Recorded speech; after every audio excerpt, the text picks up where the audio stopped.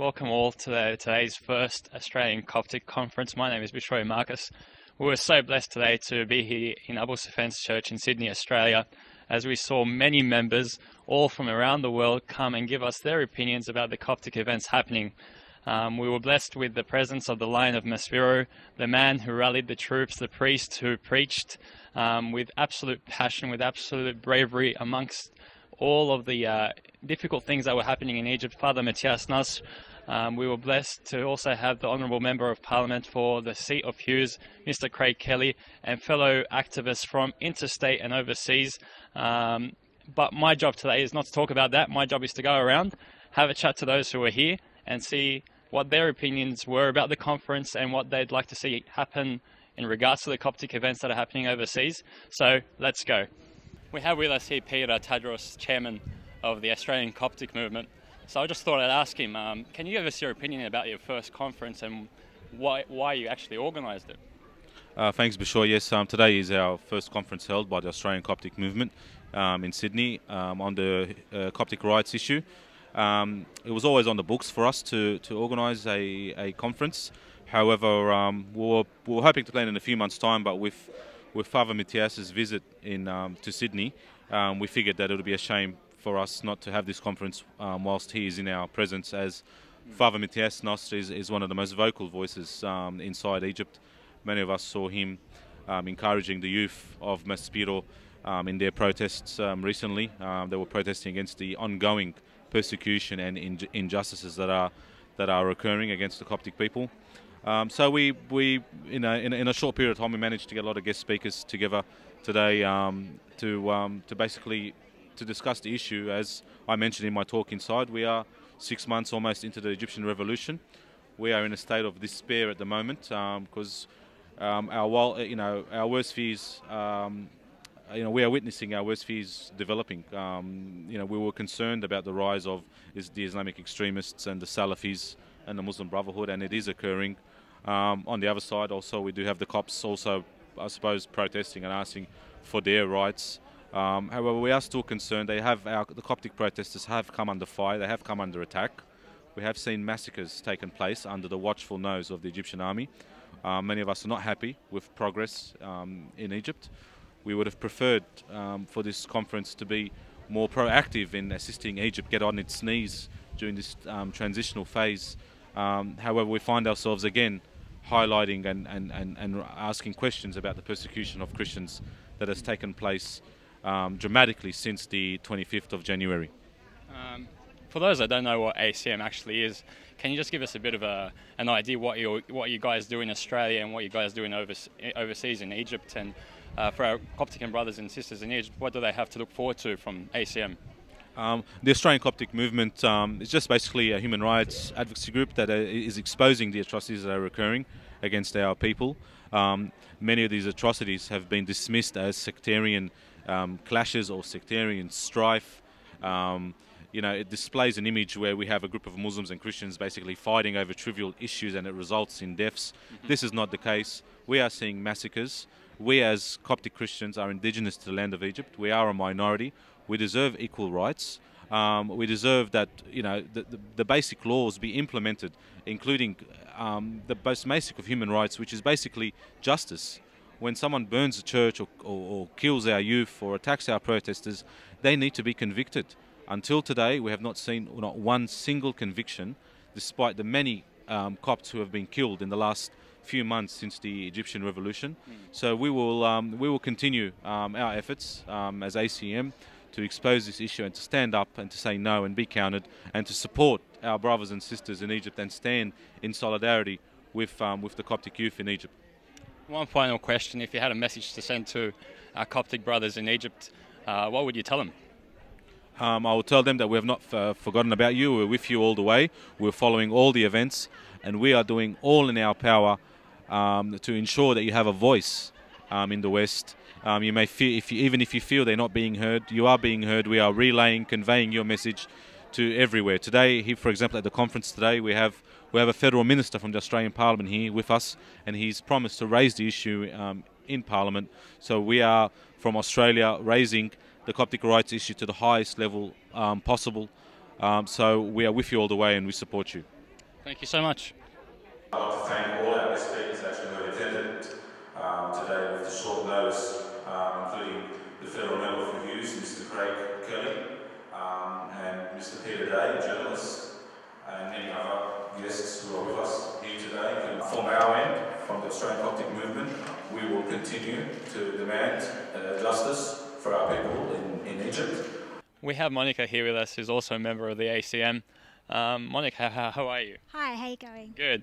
Can you just tell us a bit about today's conference? And I know you've been involved heavily in actually organising it. How has it been to organise it? What have you learnt? What can you change? What do you think went well? I really have to acknowledge the other members who have put together the event. So my help is a bit limited, but I think it's great. It's fundamental in that we really are seeing different speakers come together. We have a politician, we have someone who's had experience with human rights organisations. He's worked in Amnesty International and has experience with Open Doors as well.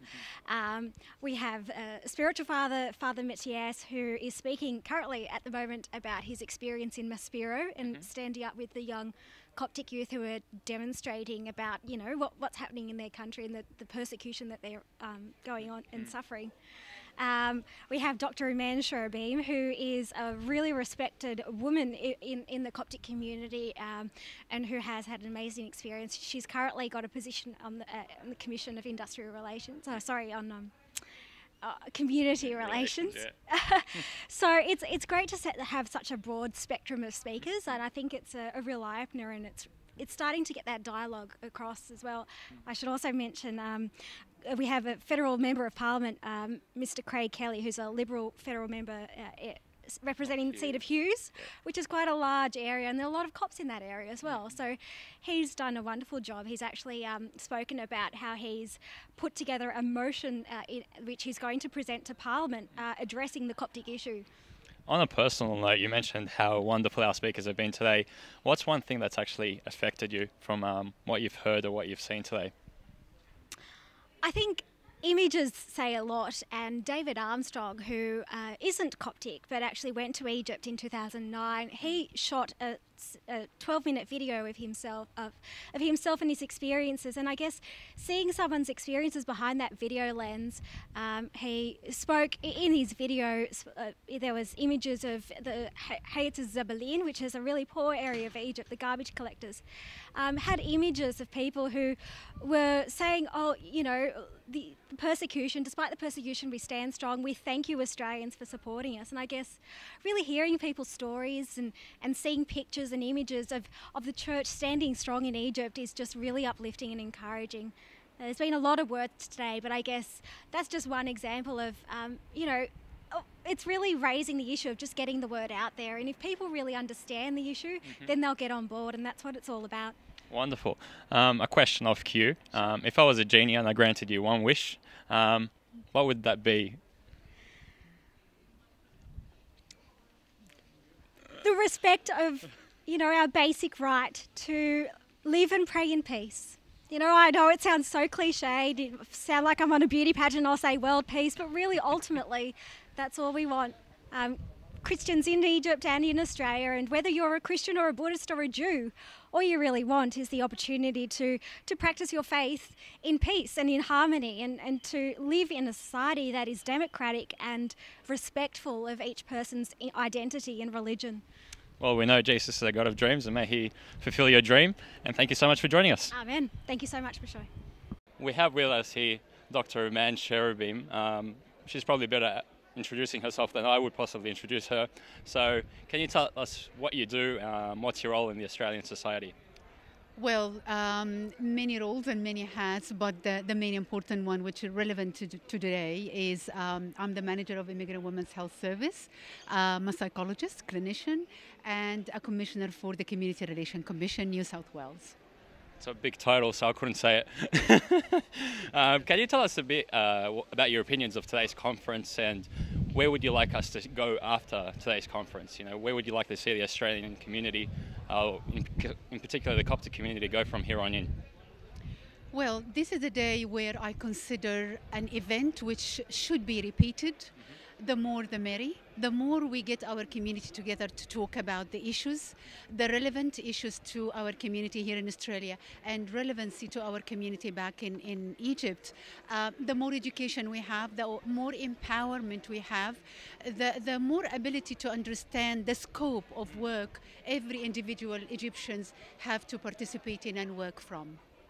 Wonderful. You mentioned in your talk about the census and the importance of actually getting the Coptic community to actually write down that we are actually Coptic and we are actually from Egypt and all these things. Can you just give us a bit of a flavor of actually why we need to write down our religion as Coptic and as Christian? Because there's many people that just write Christian, for example, or just leave it empty. So what's the importance of it? What's your name? Bishoy. Bishoy what? Marcus. Marcus. If I will say, hi, how are you? And I keep acknowledging you as nobody without acknowledging your name as Bishoy or your surname as Marcus. Wouldn't you be offended? I think I would be. That's the same. Your entity is represented by who you are, and you are a Copt. You are the person who, coming from many descendants and many ancestors of Copts and of Egyptians, and not being able to show yourself and to show your nation and show your ancestors and who you are, it's offending. Whenever I go to any government department or any funding opportunity or funding department and say we would like to have some money for a welfare worker or assistance for the elders of the Egyptian community and the Coptic community, it's like a question mark. People don't know what I'm talking about because people always relate to facts and stats. In the stats, it doesn't show that we exist, because simply we go straight ahead in the census and write Christians. Yes, we are all Christians under one roof, under one God. That's a fact. But at the same time, you have different entity. You are a Copt. You are a person from Egypt, from the land of the Copt. And recognizing that, acknowledging in the system, it means later on the Coptic community will be able to request money for certain things in Australia. Simply, we have been asking for a nursing home for our elders. Well, without these census, we will not be able to do anything for our community. As simple as that. Well, hopefully people listen and actually put down Coptic in the census that's coming up in August. Very important. Just a final question. If you had a few minutes to speak to the people in Egypt, what would you tell them? What message of hope would you give them? What would you tell them that you're trying to do in Australia for them? Because I'm sure they're all watching now and they want to hear a word of hope and grace from you.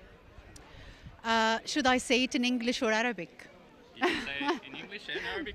I think I'll start with English as the harmony of the program, and say peace and grace and love and respect to your moves, to your notion, to your ability to stand firm, to your ability to raise the flag of Christianity and who you are as Egyptian Copts. We are here, and every individual Christian and Coptic around the world are behind you, empowering your move and empowering your action. We are here to help. We're not just sitting, listening and watching and clapping. We are here working for you, for our country. If you are on land and we are off land, we are still one community. I send my peace and my joy and my love and respect to all of you. In Arabic, محبتي واحترامي وتقديري لكل إنسان مصري مسيحي قبطي واقف بيعلن اسم الله في أرض مصر أرضنا. مش لازم نتخلى عن الأرض، ومش لازم نتخلى عن إيماننا وعن عقيدتنا وعن احترامنا للأرض اللي هي سبب في وجودنا. كل مصري خارج مصر بيعلن إنه هو مصري في كل مكان، وبيعلن وجوده كإنسان مسيحي، وعايزينكم تستمروا في نفس التيار، وإحنا وراكم بنشتغل من أي أرض في خارج مصر. Thank you. Thank you so much, Dr. Aman, for those wonderful words. It's so wonderful to see Coptic people in Australia get so far in the society, so we thank you so much for being with us. Thank you. Pleasure. Thank you. I was seconded to the government, to the office for the First Lady. I worked with her office for 3 years as a General Manager for the International Relations Department in the National Council for Women. I believe in the second generation. I am working on my kids and every other youth group to empower them, not only to speak up, but to speak up rightly, to speak up with ability and to talk with logic and wisdom. No need when we speak to shout or scream or act in an uncivilized way. If we want our message to come across clear, we need to speak in a manner and in the terminology where the others will hear us. One of the wonderful guests that we had today here at the Australian Coptic Movement's first conference was David Armstrong, who actually went to Egypt and did a small documentary. So, David, welcome, and thank you so much for being with us. Yeah, thank you. That's all good. Can you just tell us a bit about your trip to Egypt and what you saw and what you felt? Yeah, no, thank you for inviting me today. I went to Egypt in 2009 just to see firsthand some of the persecution that Christians are facing. And I went with Open Doors International, and they're an international agency that helps the persecuted church. And I talked to church leaders and Christians really to get firsthand what was going on. And there is a great need for the Christians in the West to speak out and to really support the Christians in Egypt. The people on the ground, they expressed just an incredible sense of hope and joy because of their faith in Christ, but yet also an incredible sense that they are suffering, there are human rights violations going on, and to a certain extent, they are wanting people like you and I in the Western country to speak out in their behalf. And so there was a mixture, great hope, but also a great frustration that they're not getting the voice in the Western world that actually deserves. You mentioned that you're involved in Open Doors. For those that don't know what Open Doors is, it's a beautiful organisation that I think, from my understanding, aims to spread the word of God in places that is in such difficult terrain, whether it be politically, environmentally. So can you just tell us a bit more about your volunteer work with Open Doors? Yeah, well, Open Doors was founded about 50 years by Brother Andrew, and he was smuggling Bibles into communist Europe, and he knew that the church there was suffering, and he wanted to do what he could to encourage the Christians there to fan the flame of the church that was existing, and really help them in many ways as possible. And that ministry has been continuing now for over 50 years. And obviously the communist era is now starting to pass on. Today, the major challenge for the Christian world is the persecution of Christians. That's really what Open Doors is focusing now, is bringing the Word of God, bringing resources, bringing encouragement, bringing prayer to bear upon the persecution of churches within the Middle East, especially. And it's a real honour, it's a real privilege to be able to do that as a volunteer with Open Doors. If people wanted to get involved with Open Doors, how do they go about doing it? Yeah, well, Open Doors, the easiest thing is just to go online. They've got a website. You can join one of their campaigns. They've got a big campaign at the moment, Free to Believe, and that's really about Christians speaking up, calling upon the nations of the world to give Christians freedom to practice their faith. And certainly you can volunteer to go on one of their trips across the world. So that's wonderful. Hopefully someone that's watching this might be inspired like you to go out and do those things. A question that's off cue, if you could change one thing in the world in regards to the rights, what would it be? If I could change one thing in regards to the human rights of the world. The human rights of the world? It's a very... If I can change one thing... I think the major... Or maybe I'll put it this way, what would you like to see change in the world, just in general, one thing? What I would like to see change is that at the moment, there's no united Christian voice speaking out on behalf of the persecuted church. I would like to see 1 million Christians is speaking out on behalf of 1 million Christians and more that have been persecuted. And I think if we work together, that is more than achievable, and it will send a powerful message to the authorities, to the United Nations, that they need to take action. Well, that's definitely an inspirational change in the world moment. Hopefully people actually stand up and become part of those 1 out of a million, we thank you so much for joining us. On behalf of ACM, I'd like to thank you for your efforts and wish you and your service the best. Thank you so much. My background is also from Northern Ireland, and many people know the troubles in Northern Ireland and the sectarian violence that's going on there. The bombings, the killings, the murders, the riots, and so forth. And that's the background of my upbringing. And my cousin, he was shot dead by the IRA, and his mother subsequently committed suicide because of the incident. And I grew up in the background of those injustices, and I think it's those injustices that's what's given me the real passion to speak out against persecution, speak out against injustice. And it's also my Christian faith. In the scriptures we were asked to speak out for the rights of the poor and the oppressed. Smart money in the campaigning sector, it's not going into talking to politicians, it's not going into talking to the media, it's not going into generating conferences and so forth. All the smart money is going into social media in the campaigning sector. Once you get that right, once you can demonstrate to politicians that you've got a movement of 100,000 people behind you, they'll come knocking at your door. I'm joined with Mr. Craig Kelly, who's the Liberal federal member for Hughes.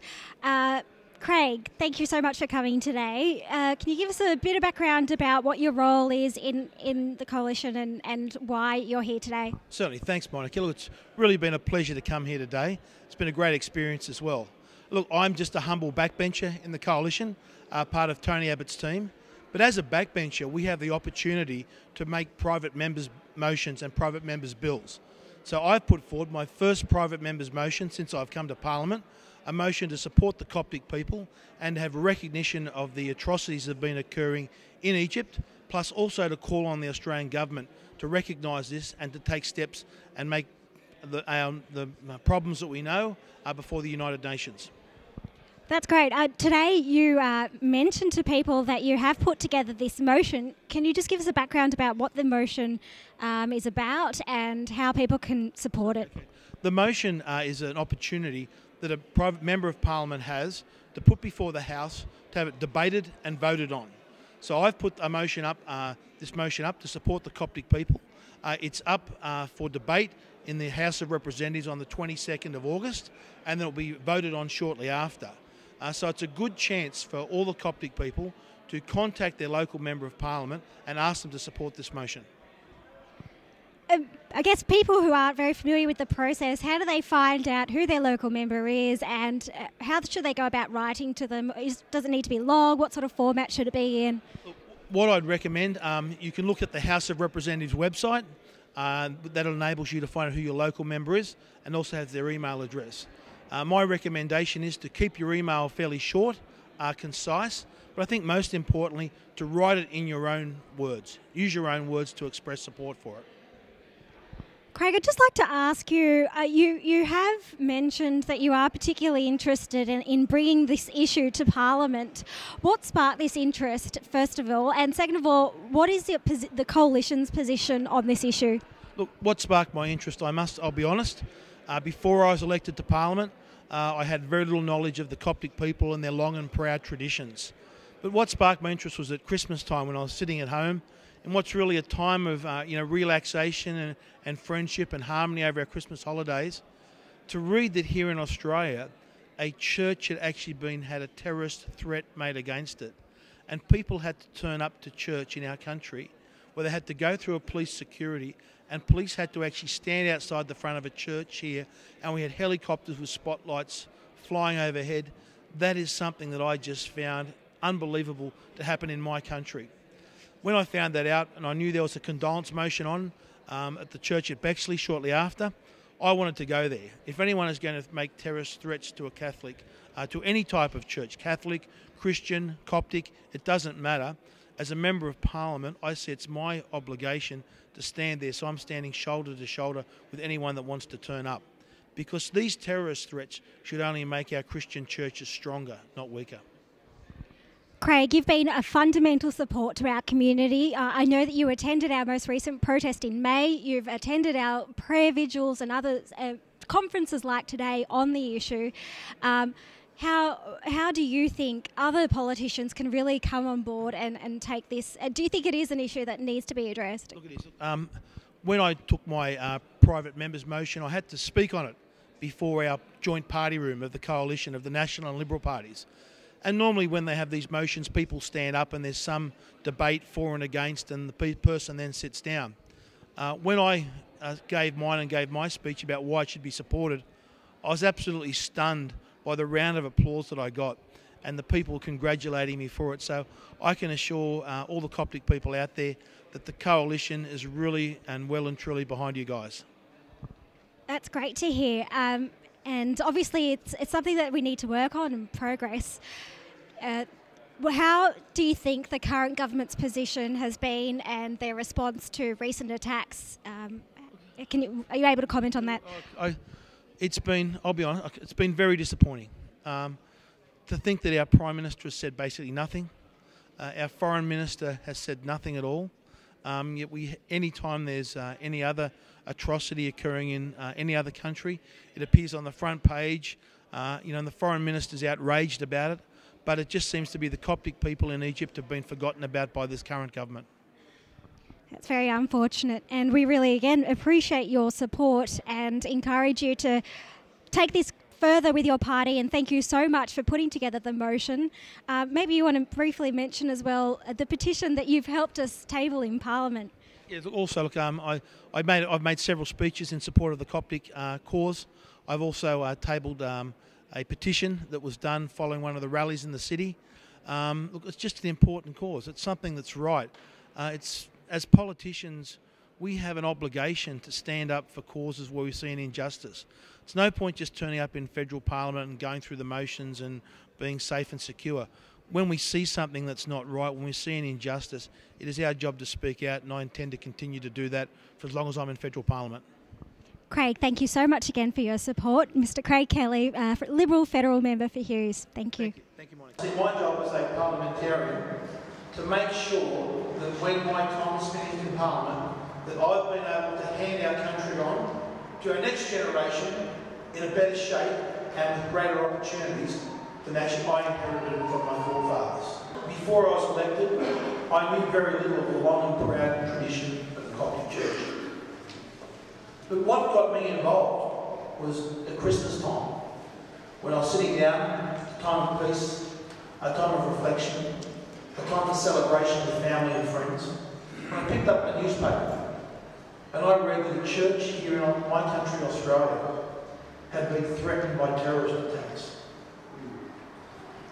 And that people actually attended a church service here in Australia that was surrounded by police, and there were helicopters with searchlights in the air.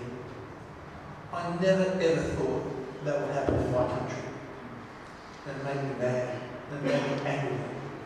It made me think we're doing things wrong, and this cannot continue. We have here with us Ibrahim, one of the fellow ACM members. Welcome, and thank you so much for giving us some time to speak to you. Can you just tell us a bit about what you thought the conference was like today?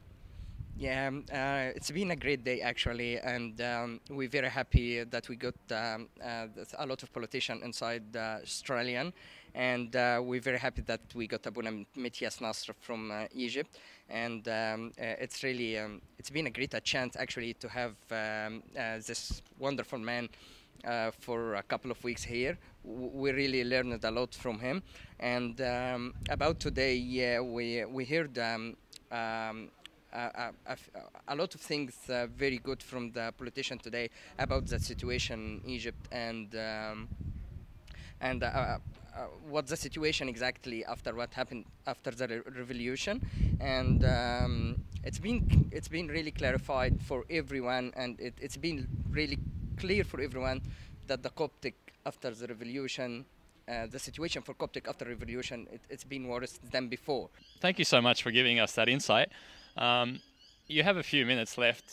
You can say this in Arabic if you want. What's a message that you would want to say to the people in Egypt if you had a few minutes to say that? انا اتمنى من الحكومه المصريه واتمنى من الجيش ان الاوضاع تتغير. انا واحد من الناس اللي خرجت من بلدي، خرجت من 4 سنين من بلدي، وكنت شغال مهندس، كنت شغال في مشروع قومي زي مطار القاهره. خرجت عشان حاجات كتيره، مضطهد، مفيش موارد اقتصاديه، مفيش موارد ماليه، كنت مهندس ومش عارف اكون نفسي، ف مش عارف اخد وضعي في بلدي. كان حلم حياتي ان انا ادخل كليه الشرطه وما قدرتش عشان خاطر انا مسيحي. حاجات كتيره فيعني اتمنى ان احنا فعلا بنطالب بدوله مدنيه. انا ليا اصحاب مسلمين كتير جدا،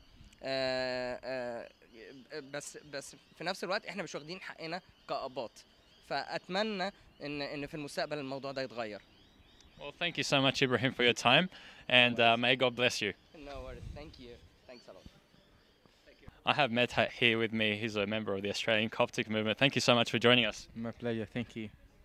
Can you just give us your opinions about today's conference and what you think went well, what you think we should improve for next year? Today's conference targeting our community, also the Anglo-Saxons and non-Coptic background people, to come and join us and learn more about Coptic persecution in Egypt and how we're going to support our brothers and sisters in Egypt. Also, we need to raise awareness, like one of the speakers spoke today about what's happening in Egypt now to non-Muslims, Christian, Jewish, Baha'i, whatever other religions in Egypt. They suffering badly, and our main concern today just to make sure this is not going to happen in Australia and our land, because it's going toward our ways, and we have to make some awareness. People don't know the difference between other things happening in Australia. If you had in your power one thing that you could change in the world, what would it be? It's a very hard question. I've got a lot of stuff in my mind I want to do, actually. Just one.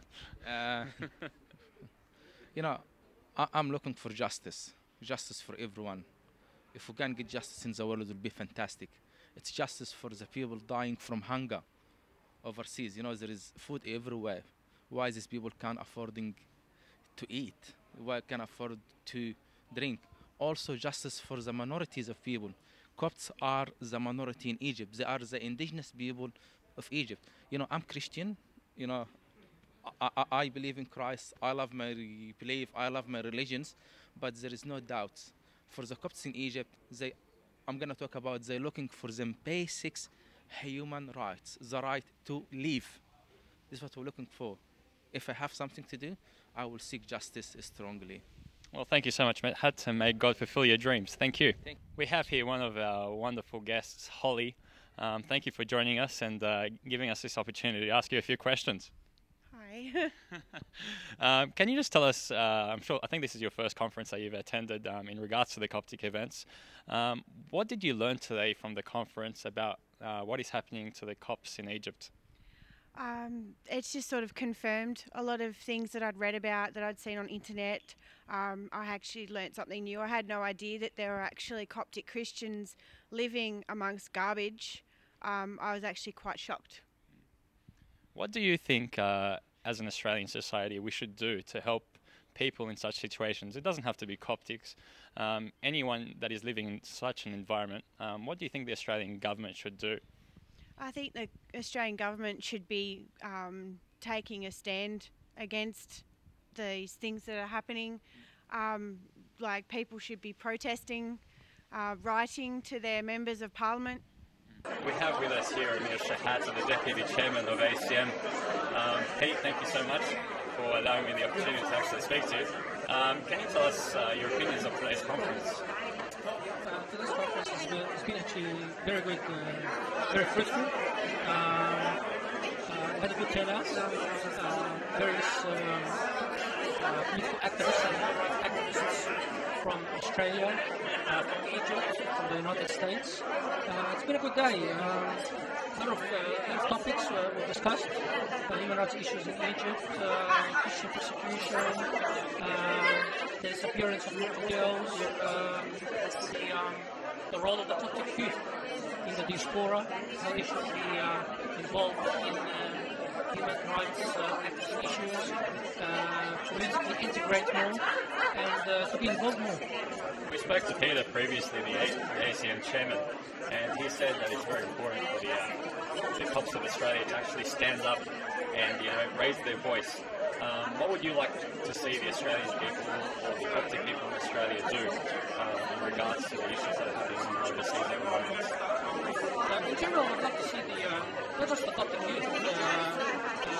There are a lot of, I have a lot of Muslim liberal friends, here in Australia and back in Egypt that stand hand in hand in solidarity with the Copts in Egypt, that they want a civil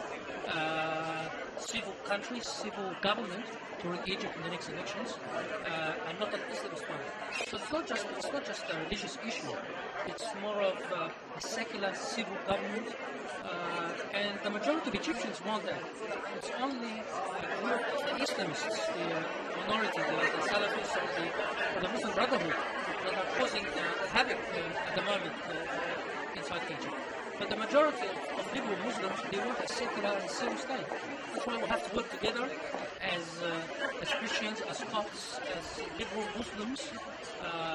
Many of them appear on Egyptian satellite channels and Arabic satellite channels, and they work with us hand in hand about the Coptic cause, and to resist the movement of Egypt towards a religious state, which is what we don't want to be like. But for the honesty, I don't think Egypt will be a religious state. I think it will be a civil government. But I think as in the diaspora and the Copts inside, we have to work hand in hand to make sure that this happens. I think you raised a very important point there, Amir, that saying basically, as Copts, we need to think of ourselves as a majority. It's always the minority that do, like as you mentioned, the Salafis who always are very loud and they do all these weird and wonderful things. But it's very important, as you raised, that we need to get everyone on side, whether it's the Australians or the Chinese or the Buddhists or whatever religion they may be. If they actually do believe for the rights of people and for the humanity as a whole, we need to get everyone on side. My last question to you is, if you had to say something to your brothers or sisters in Egypt, what would you say?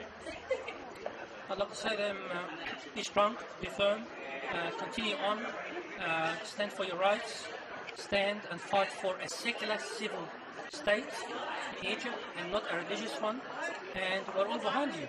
All the secular activists outside of Egypt, in Australia, in Europe, in Canada, and in the United States are all behind you, and get politically involved and integrate more in the political scene, in the political arena, and the human rights issues. And I'm pretty sure that, at the end of the day, that we'll have a secular government running Egypt. Thank you so much, Amir. I'll let you get back to enjoying the rest of the conference. So as you can see, everyone has an opinion, whether they were young, old, whether they were in work, or whether they were with the government, or whatever background they had. Everyone had a different opinion about the Coptic events happening. Hopefully we all can unify our opinions. Hopefully we all can get together and form one straight aim, so that we can all work towards it. We can all fight towards that aim to get the rights back for our Coptic brothers and sisters in Egypt. This has been Bishoy Marcus. Thank you so much for joining us.